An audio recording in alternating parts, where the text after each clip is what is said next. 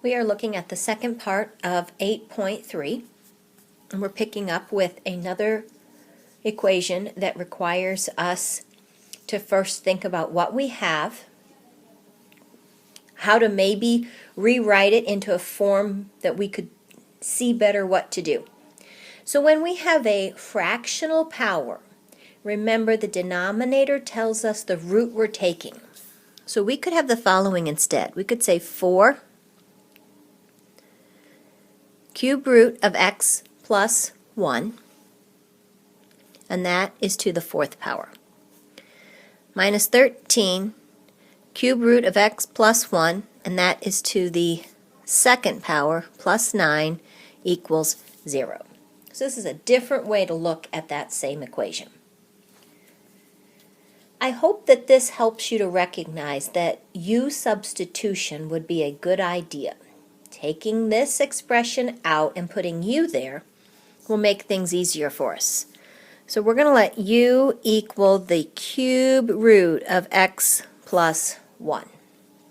So now we have 4 u to the fourth minus 13 u to the second plus 9 equals 0. Every time we have a quadratic, we should first think, will it factor, before we go to any other method. So this trinomial does factor, so that's what we're going to do. We are going to say that it factors into 4u squared and u squared. The sign here means the same, both negative, so we'll throw in our minus signs, and then we're going to get 9 and 1. That would give us a negative 4 and a negative 9 for negative 13. This also needs to be u squared, because u to the fourth, when equally divided, is u squared. Now both of these are difference of squares, so we can factor further. So we can do 2u plus 3, 2u minus 3. And we can do u plus 1, u minus 1. So by replacing cube root of x plus 1 with u, we see we had a trinomial that factored, and then difference of squares that factor again. This power right here is the largest power in the equation, which says we have 4 answers. And we can see that each of these factors will result in an answer. Now before we continue to solve, we must put back the cube root of x plus 1 where all of these u's are. So we get 2 times the cube root of x plus 1 plus 3. Then we get 2 times the cube root of x plus 1 minus 3. And then we get the cube root of x plus 1 plus 1. And then we get the cube root of x plus 1 minus 1. So all I did was everywhere there was a u, I put back the cube root of x plus 1. Now each of these factors we set equal to 0. So we set 2 cube root of x plus 1 plus 3 equal to 0. We set 2 cube root of x plus 1 minus 3 to 0. We set the cube root of x plus 1 equal to 0. And we set the cube root of x plus 1 minus 1 equal to 0. So we're going to have 4 equations to solve.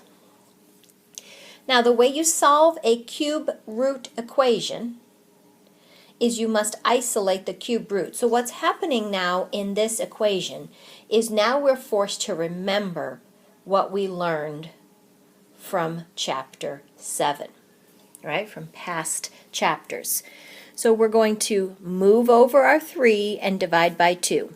So we get the cube root of x plus 1 equals negative 3 halves.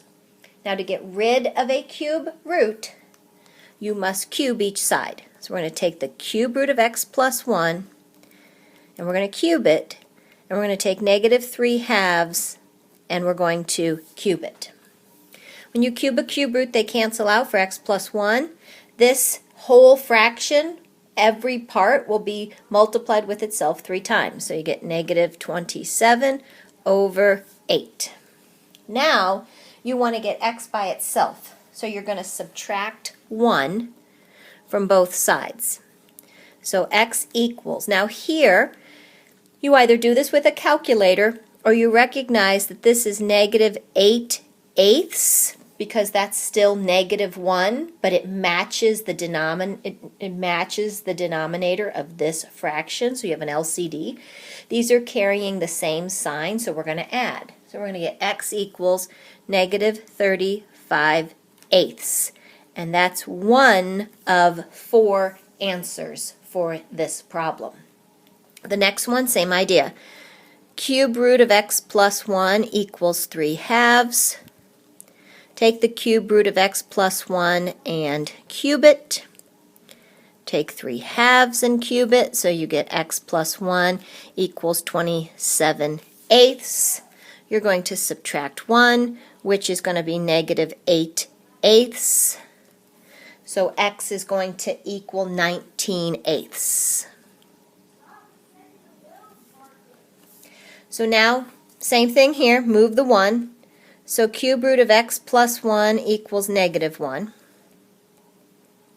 Cube both sides. So you get x plus 1 equals -1. Now be careful, don't make a common error there. Sometimes students will take -1 to the 3rd power and write -3, but it's -1 times -1 times -1. So you're going to subtract 1. This is far easier, no fractions, so x equals -2. Last one. Cube root of x plus 1 equals 1. Cube both sides. X plus 1 equals 1. Subtract 1. X equals 0. And there is your 4th answer.